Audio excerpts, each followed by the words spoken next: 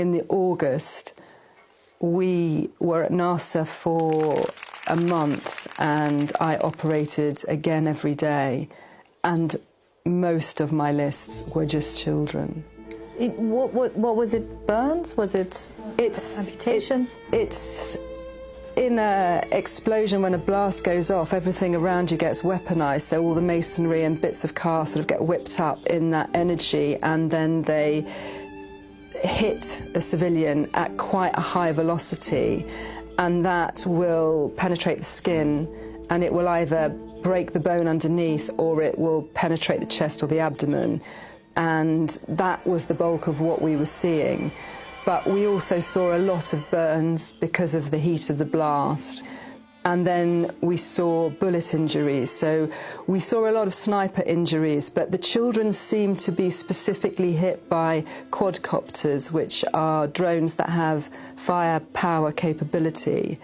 And lots of them were sort of shot in the back, in the head, in the upper torso. But these are the intentional targeting of children? I mean, if it's the head and torso and back? And they're quadcopters, so they're following. So they're operated by somebody that's watching what they're doing. So I assume that they are targeting children. What we saw was that the bulk of the children were between the age of 5 and probably 15. And when we were with MSF, the theory was that all of the children under 5 were of an age where their parents would pick them up and run with them. And obviously anyone 15 and older is quite agile on their feet and can run away. But that tranche of children between 5 and 15 are often sort of, you know, confused by what's going on, are not the quickest to get up.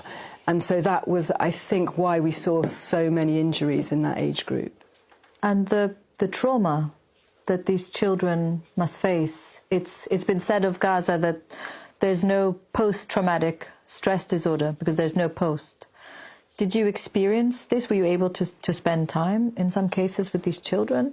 There definitely were children that have huge psychological issues. We had a 7-year-old called Mohammed who had been in a blast injury that had brought the house down that he was in, and he was with his father.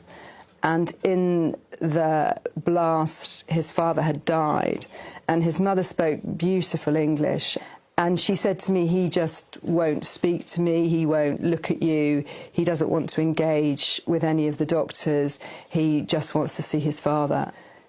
It was quite a difficult problem because I was watching him not recover from an injury that he should recover from, in that we had amputated his leg and we'd closed it and we'd grafted it, and we had closed all the wounds on his other leg, but the wounds just didn't heal.